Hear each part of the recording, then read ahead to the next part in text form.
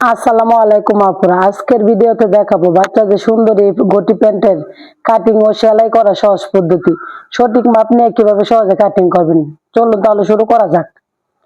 এই প্যান্টটি হাফ প্যান্টটি তৈরি করার জন্য আমি কাপড় নিয়েছি 15 ইঞ্চি লম্বায় দুই পাশে।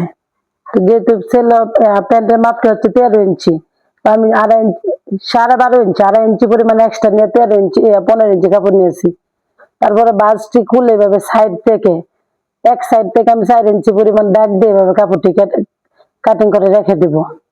নিচের পট্টি এবং সাইডে পাইপিং, নিচের পাইপিং করার জন্য মুড়ি পাইপিং আর পট্টি কাপড়ের জন্য রেখে আমি সাইড এভাবে রেখে দিব।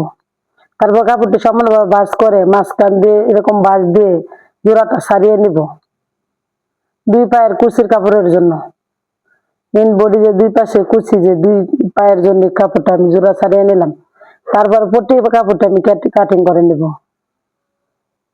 পট্টি কাপড়টি কাটিং করার সময় খেয়াল রাখবেন চতুর্পাশে যেন সমান থাকে। তারপরে মাঝখানে যে নিচের যে মোহরি কাপড়টাও কাটিং করে নিলাম। তারপরে সেলাই করা দেখে দেবো। কাটিং আপাতত শেষ। আমি প্রথমে কুচিগুলো দিয়ে নিলাম, কুচিগুলো একদম সমানভাবে দিয়ে বসিয়ে প্লিটটা করে নিলাম। করার পরে মেপে দেখে নেব। পায়ের ঘেরের মাপ হচ্ছে 16 ইঞ্চি, না 8 ইঞ্চি ডাবল 16 ইঞ্চি, তো 1 ইঞ্চি হাফ ইঞ্চি পরিমাণ করে সাইড দিয়ে এক্সট্রা রেখে সেলাই করে 17 ইঞ্চি রাখলাম। তারপর ফ্রিলের কাপড়টা আমি জয়েন করে নেব উপর দিয়ে, এরকম উল্টা সাইডটা জয়েন করে তারপরে উল্টিয়ে ভাঁজ দিয়ে দিব। আমি ভাঁজ দিয়ে চিকন করে সেলাইটি দিয়ে দিব। দেখুন আমি কিভাবে দিচ্ছি। নিচের পাটটা হালকা একটু টান রাখতে হবে, তাহলে বায়াস হয়ে পাকারিং পড়বে না। দেখুন আমি নিচের পাটটি কেন টান রাখছি, এক হাত দিয়ে, ডান হাত দিয়ে নিচের কাপড়টা একটু টান রাখতে হবে। তারপর আমি পট্টি কাপড়টা জয়েন করবো। আমি এক এক করে দুটি করে নিচ্ছি, ভিডিওটি লম্বা হয়ে যাওয়ার কারণে একটি শুধু দেখাইছি। আর এবার পট্টি এক সাইড জয়েন করার পরে উপর দিয়ে আরো এক সাইড করে নিব। দেখেন আমি কিভাবে করে নিচ্ছি। প্রথমে এক পায়ে পট্টিকে জয়েন করে এরকম কোনা হয়ে গেলে সিজারে মাথা দিয়ে একটু কেটে নিতে হবে। তারপরে পট্টির উপর একটা সাপ সেলাইটা দিব।